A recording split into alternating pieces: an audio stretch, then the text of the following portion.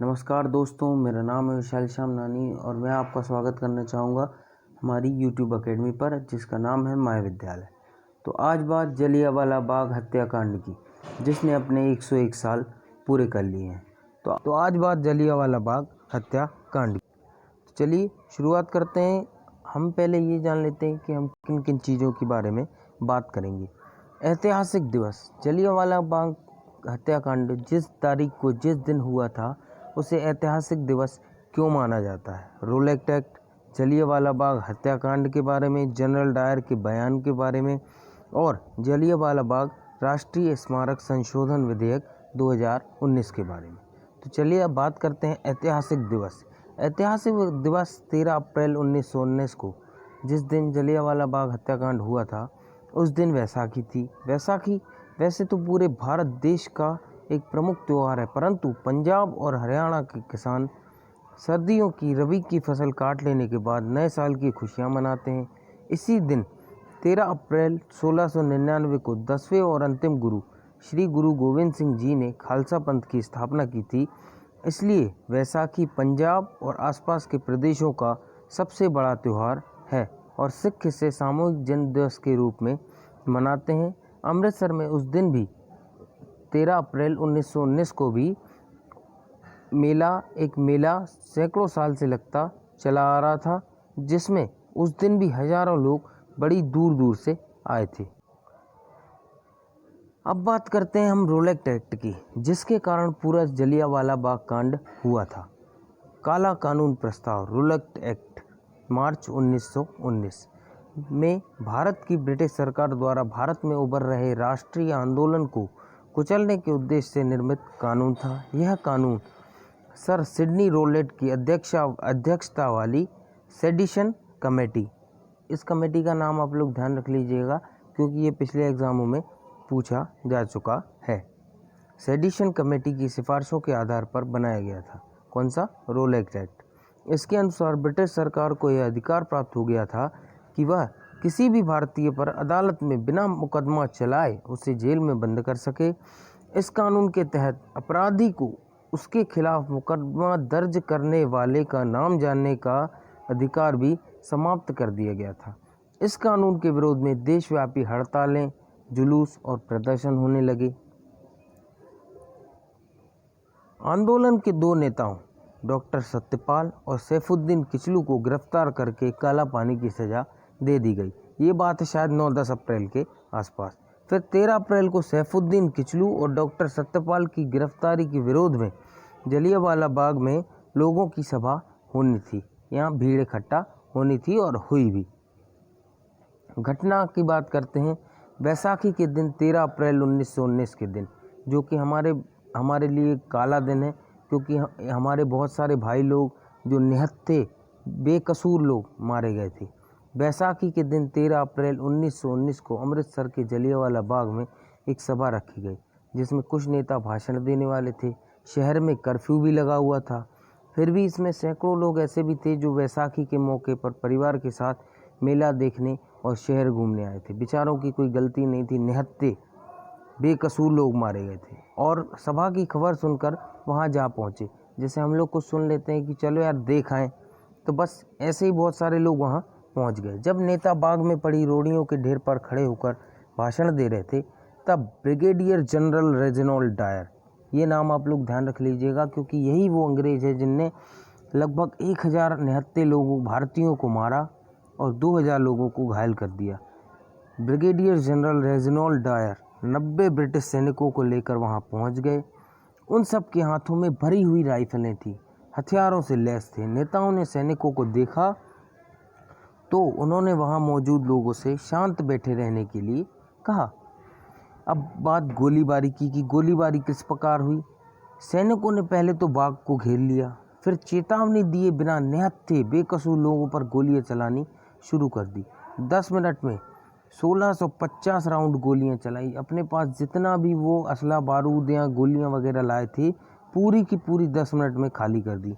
जलियांवाला बाग उस समय मकानों के पीछे पड़ा एक खाली मैदान था। वहां तक जाने या बाहर निकलने के लिए केवल एक सकरा रास्ता था, जिस पर रेजिनॉल्ड डायर खड़ा हुआ था। और चारों ओर मकान थे। भागने का कोई रास्ता नहीं था। कुछ लोग जान बचाने के लिए मैदान में मौजूद एकमात्र कुएं में कूद गए, पर देखते ही देखते कुआं भी लाशों से पट गया। जो लोग नीचे थे वो दबके मर गए और जो ऊपर थे वो गोलियों से मर गए। जलियांवाला बाग कभी जलाली नामक व्यक्ति की संपत्ति हुआ करता था। इसका मालिक एक जलाली नाम का व्यक्ति था। अब बात करते हैं कितने लोग हताहत हुए हैं। बाग में लगी पट्टिका पर लिखा है कि 120 शव सिर्फ कुएं से ही मिले।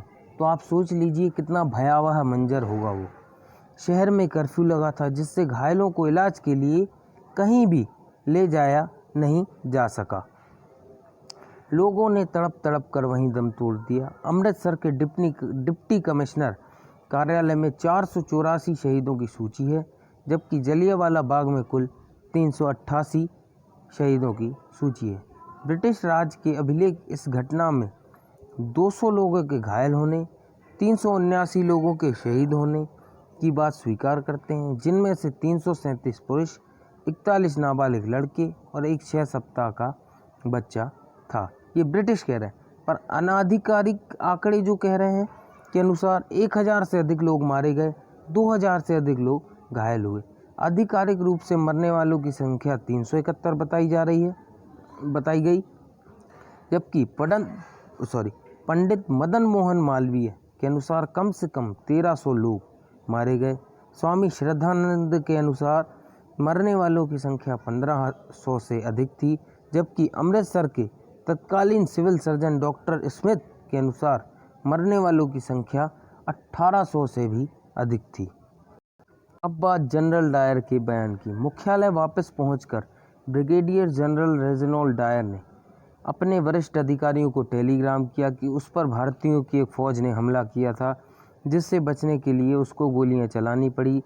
British lieutenant governor Michael O'Dwyer ने उसके उत्तर में ब्रिगेडियर जनरल रेजिनॉल्ड डायर को टेलीग्राम किया कि तुमने सही कदम उठाया, मतलब तुमने जो किया सही किया, मैं तुम्हारे निर्णय को अनुमोदित करता हूं। फिर British lieutenant governor Michael O'Dwyer ने अमृतसर और अन्य क्षेत्रों में मार्शल लॉ लगाने की मांग की, जिसे वायसराय लॉर्ड चेम्सफोर्ड, उस समय वायसराय थे लॉर्ड चेम्सफोर्ड, ने स्वीकृत कर दिया।